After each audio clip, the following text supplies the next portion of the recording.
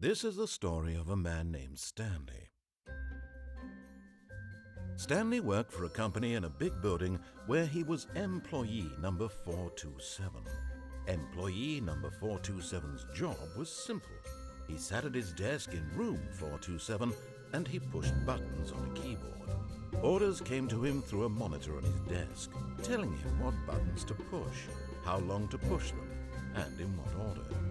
This is what employee 427 did every day of every month of every year. And although others might have considered it soul-rending, Stanley relished every moment that the orders came in, as though he had been made exactly for this job. And Stanley was happy. And then one day, something very peculiar happened. Something that would forever change Stanley. Something he would never quite forget. He had been at his desk for nearly an hour when he realized that not one single order had arrived on the monitor for him to follow. No one had showed up to give him instructions, call a meeting, or even say hi. Never in all his years at the company had this happened, this complete isolation. Something was very clearly wrong. Shocked, frozen solid, Stanley found himself unable to move for the longest time. But as he came to his wits and regained his senses, he got up from his desk and stepped out of his office.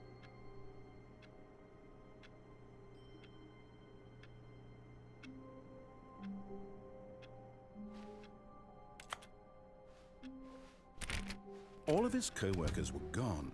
What could it mean? Stanley decided to go to the meeting room. Perhaps he had simply missed a memo.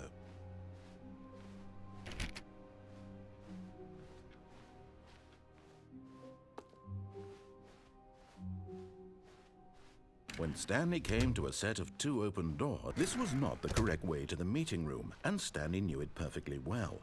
Perhaps he wanted to stop by the employee lounge first, just to admire it.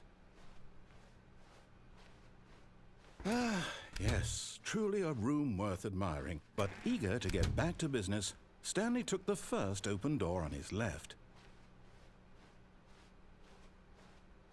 Stanley was so bad at following directions, it's incredible he wasn't fired years ago.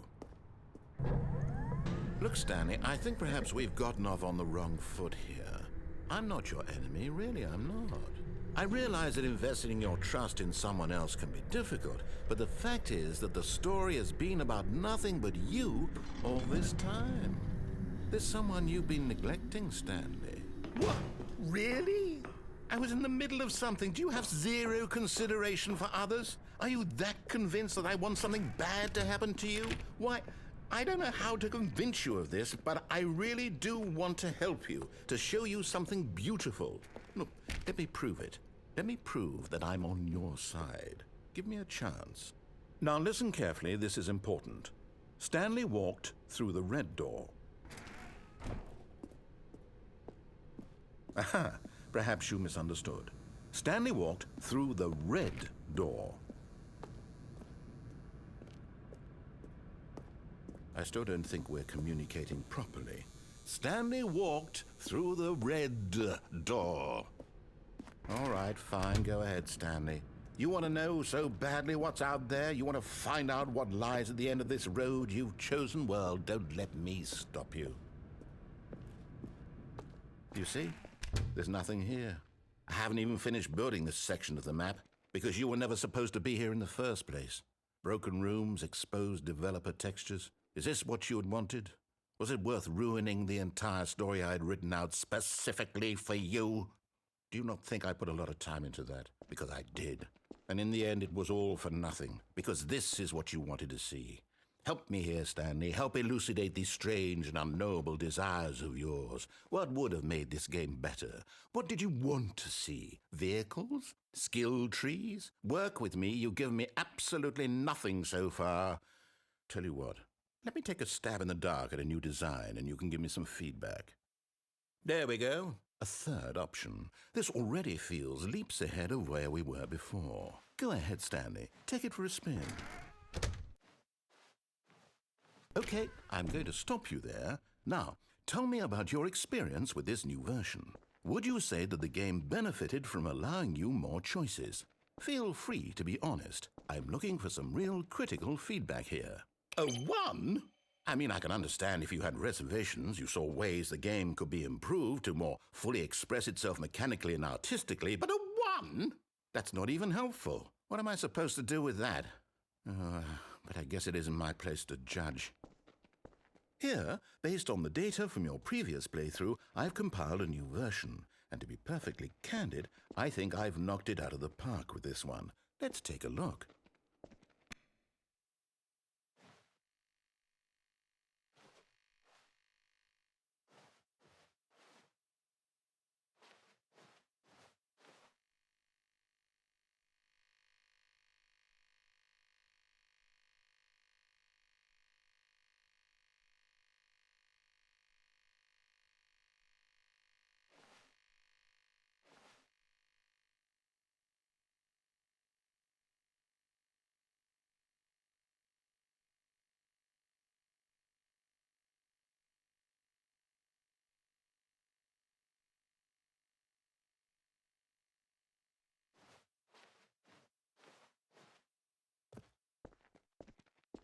Now, would you say that competitive leaderboard helped you feel motivated to keep walking through doors? Again, honest answers, please. Hey, I nearly forgot. I've got a prototype of a new game I've been working on, and now would be a lovely opportunity to give it some playtesting. You wouldn't mind taking a look at it, would you? Perfect. Let me boot it up. In this game, the baby crawls left towards danger. You click the button to move him back to the right, and if he reaches the fire, you fail. It's a very meaningful game, all about the desperation and tedium of endlessly confronting the demands of family life. I think the art world will really take notice. But of course, the message of the game only becomes clear once you've been playing it for about 4 hours. So why don't you give it 4 hours of play to make sure it's effective? Be sure to keep notes on your experience.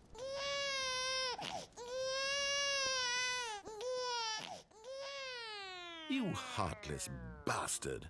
Did you do it because you hate babies or purely to spite me?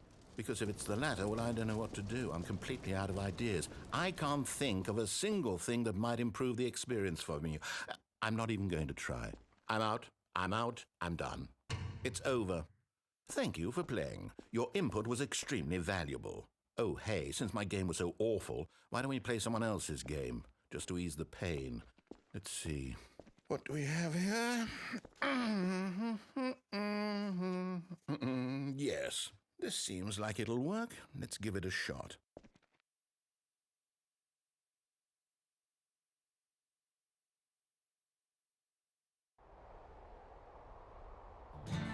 Aha! Fascinating. What do you think this game is about, Stanley? What's our backstory? What is our motivation? Well, it seems obvious to me that you are meant to play as a creepy man spying on innocent civilians below you from up high in your creep tower, perhaps for some sort of twisted erotic purpose. Yes, that must be it. What a fascinating venture into the experience of total mental depravity. So far, I love everything about this game, Stanley. And it seems there's even more. Come, let's venture outward and see what else is out there.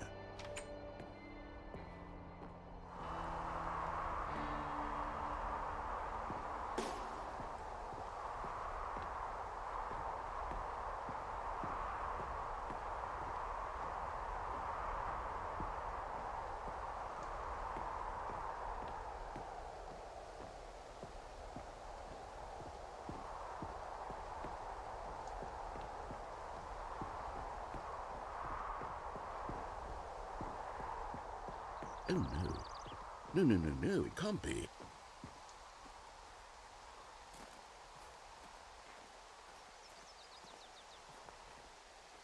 It is. It's an open world game. Good God, quickly, block it off. Oh, thank goodness, Stanley. What a close call. You nearly wandered off into that thing, that big, open, just wandering around, no right or wrong directions, no path to follow. You can just go in any...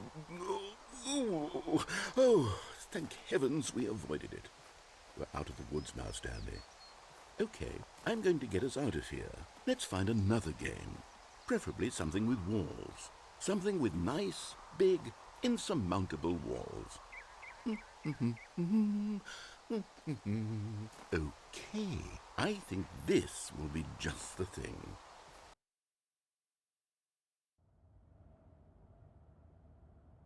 Wonderful. See, this is exactly what I had in mind. Just a nice big box for you to run around in. There isn't any possibility that you could get lost here. Now this is game design.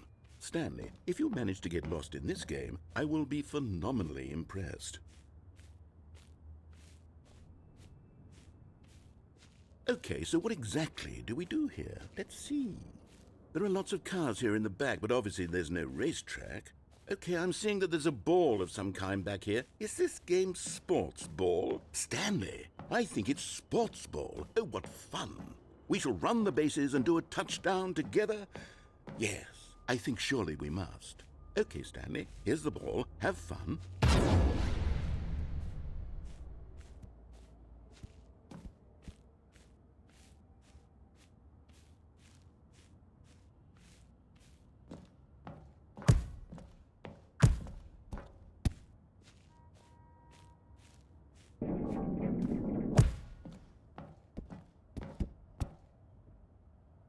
Are you doing it? Are you winning? Is this fun? Is it better than my miserable little story that I worked so hard on? Stanley, I have a thought. And I realize I'm not a sportsologist, but if one ball generates a certain amount of raw adrenal pleasure, then surely multiple balls makes for an even more euphoric sports experience. I'm going to try it out. Here comes another ball. Yes! Oh goodness, that really does feel amazing, doesn't it? Stanley, I'm like a child in a confectionery shop. I simply have to have more. I'm insatiable. More balls!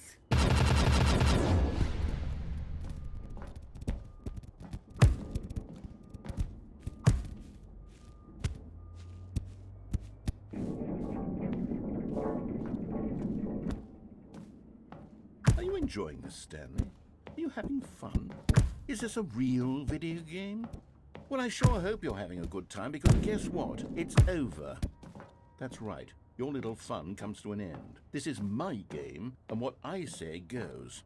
You get to have fun when I let you, Stanley. Besides, you need someone like me to set boundaries for you. Without rules or boundaries, video games are nothing. Yes, that's what I am. I'm structure. I'm your sense of purpose. And since you decided you didn't want to play my game, now I don't want to play with you either. So, goodbye, Stanley. I'm leaving. See how you'd like it when I'm not around to set the rules. Somehow, I don't think you'll enjoy it as much. But who knows? You're an inventive kid. You'll come up with something. After all, you're the one who knows best. Take care, Stanley.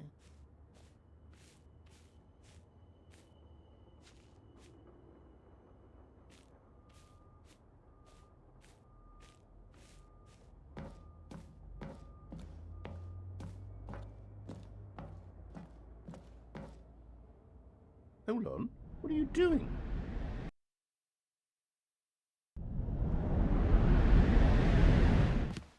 Stanley, don't do that. I can't follow you there. I can't help you. How will you write a story without me? You can't do it. You know that. Stanley, come back. We still have...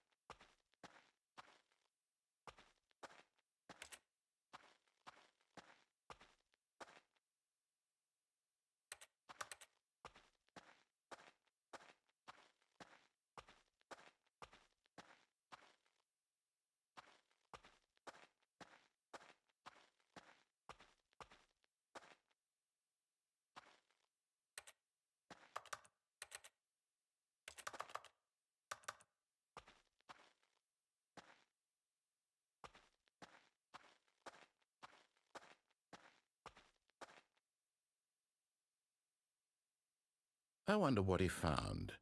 If what he wanted was to be the leading man in his own story, well, perhaps he's gotten it, down in wherever he is right now. I wonder if he's happy with his choice, and if he's learned the heavy cost that comes with it. He'll understand soon what I was trying to tell him.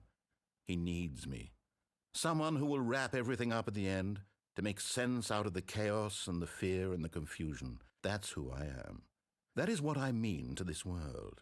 Oh, yes. Yes, I'll be back. There's no other way. Once this ends, after it all comes to a close, then I'll be back. The end will be here soon. Very soon. I can wait.